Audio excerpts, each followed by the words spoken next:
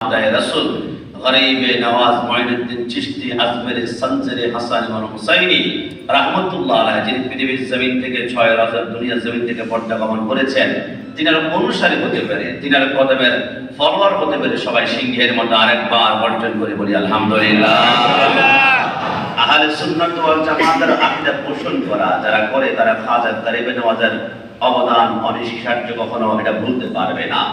কারণ দুনিয়ার জমিনে এমন একজন হাসতে ছিলেন, আমরা আল্লাহর উপরে আসলে কথা বলতে হয় মাঝে মাঝে এই কারণে, কারণ আমরা সূরা কাহাফে একখানা আয়াত তেলাওয়াত করেছিলাম, ওয়াসবির নাফসাকা মাআল্লাযীনা ইয়াদউনা রাব্বাহুম বিল গাদাতি ওয়াল আশি।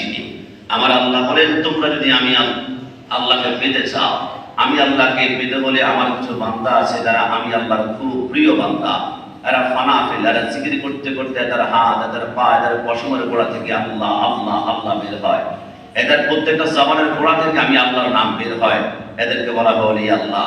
তোমরা যদি আমি আল্লাহকে পেতে চাও তাহলে আমার ওলি আল্লাহর মাধ্যমে আমার বন্ধুর সাথে কানেকশন লাগাও।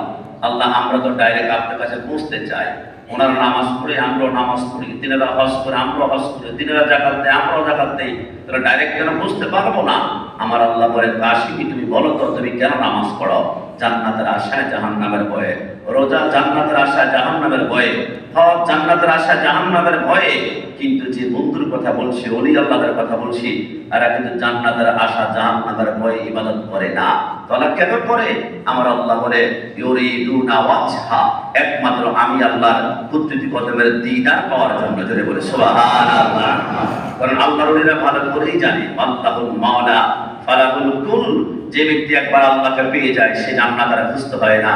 জান্নাত নয় শুধু গোটা পৃথিবী তার কদমের মধ্যে এসে হাজির হয়ে যায়। জোরে বলে সুবহানাল্লাহ।